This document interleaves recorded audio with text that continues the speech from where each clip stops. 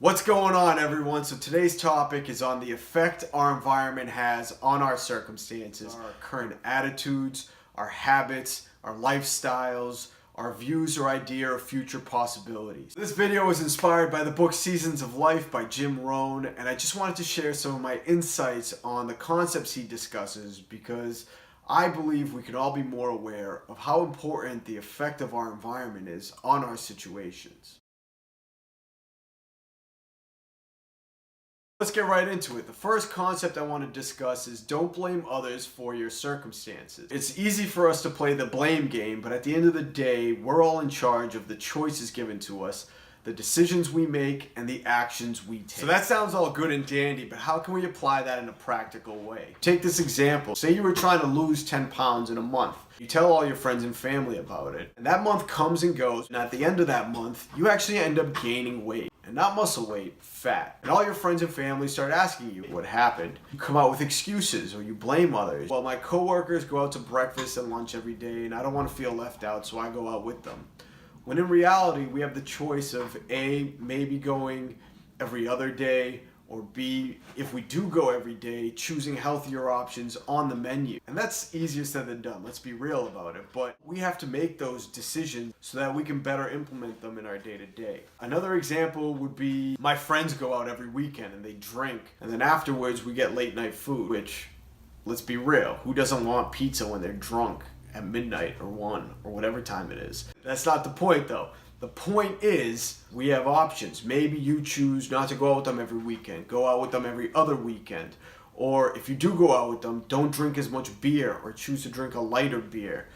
Another option would be don't go out for late night. Try to go home. Maybe eat an apple or 7. There are choices. The point I'm trying to make is that there's a plethora of excuses and blaming others for something that's in our full control. We need to be real with ourselves and realize that the only person to blame is ourselves. We're in charge of our choices, and we need to consciously think about the decisions we're making and the actions we're taking, because those are the fundamental factors that limit us from reaching our full potential or achieving our goals. And on top of that, we need to realize that our past actions don't matter. So when people say things like, oh, well, I couldn't do it in the past, why would I be able to do it now? Who cares about the past? That's established. That's been done.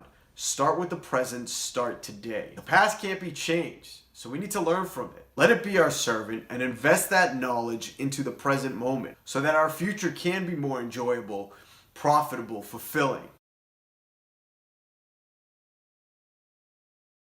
The second concept is we need to have the wisdom to recognize the negative sources in our lives and to have the courage to get rid of them if necessary. So we need to ask ourselves, where's that negativity coming from? What's causing us to be in that bad mood or sad mood? Who are the people that we're interacting with? We need to be self-aware and take a moment to think about the people and the situations that affect our lives on the day-to-day. Are their effects positive or negative towards where we want to be or who we want to be? Are they encouraging, supportive, or are they just pessimistic and cynical? Most likely there's a mixture of people in our lives, and we need to alter the way we're choosing to interact with them. Because if we don't, we'll constantly be in the same loop of returning to our past and our old ways, our old habits, and all we'll eventually do is drive ourselves insane. Jim Rohn has an example in his book that none of us would voluntarily drink a glass of deadly poison if we knew what it was. And yet each of us has had friends, co-workers, family members whose effect on us is just as deadly as the poison.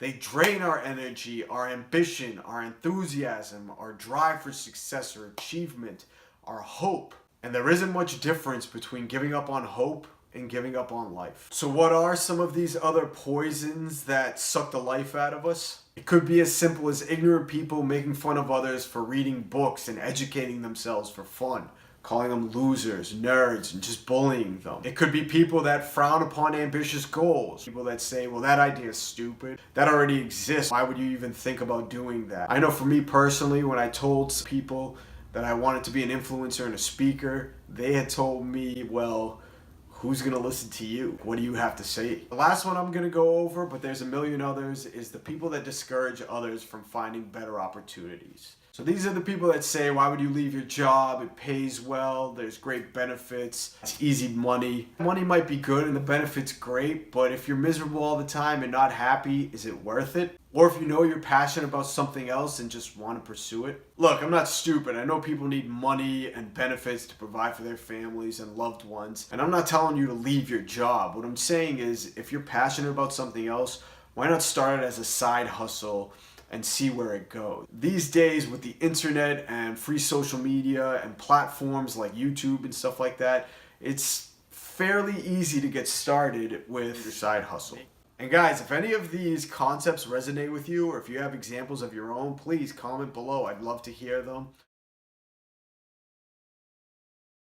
Alright, so let's dive into our last concept, which is don't let other people's attitudes and ideas mold who you are. Part of this kind of relates to the previous concept where people were shutting down our dreams or just telling us that they wouldn't work. My question is, why let their opinion bother you or change who you know you're meant to be? These people have made little progress in finding happiness and being successful themselves, so why listen to them? Another example of this concept would be listening to our business associates' directions, even though we know that they're immoral, unethical, or maybe even illegal. We need to stay grounded to who we are and what we believe in. Too often these days, people give up their integrity just to make a quick buck. We try to find shortcuts. We try to increase profits while decreasing quality. That's just a recipe for disaster. That's a short-term mentality that will never get you happiness or success. Just not something I agree with. We shouldn't hold on to ideas that limit our progress or friends that prevent us from growing. It's not worth our time or our energy. We should focus our energy on more productive things that'll get us the life that we want. And lastly, don't let others take advantage of you. We need to stop trying to always be nice, because the reality is we can't please everyone in this world. And if we are always the nice guy, then we're just inviting negative people and ideas to come into our lives and dump their drama and their BS because they know that you're the nice person that'll just listen to them. We should stand guard of our minds and be cautious of who we let into it, because their presence can greatly impact our attitude. Other people's comments, words, opinions can have subtle effects on our temporary moods, which over a long period of time becomes our personality and our character. So we should surround ourselves around the right people. People that encourage us, support us, challenge us. People who bring positive attitudes and make us better people. We choose to become whoever we want to be, and what we have become is largely determined by the people, events, books, and lifestyles that we select. We've all heard that saying that weak people attract the weak, and that successful people are drawn to other successful people. Just keep that in mind. Alright, so let's recap on the three main concepts of this video. Number one, don't blame others for your circumstances. We're all in charge of the choices given to us, the decisions we make, and the actions we take. Number two is to have the wisdom to recognize the negative sources in our lives and have the courage to set them aside if necessary. And number three, don't let other people's attitudes and ideas mold who we are. Guys, thank you so much for taking the time to watch this video. My name is Garo Yessayan, here to inspire others to continuously grow and improve so that they can be the best versions of themselves. If you like this video, please give it a thumbs up. And if you want more videos like this, subscribe to the channel. Again, I appreciate all the love. Thank you so much.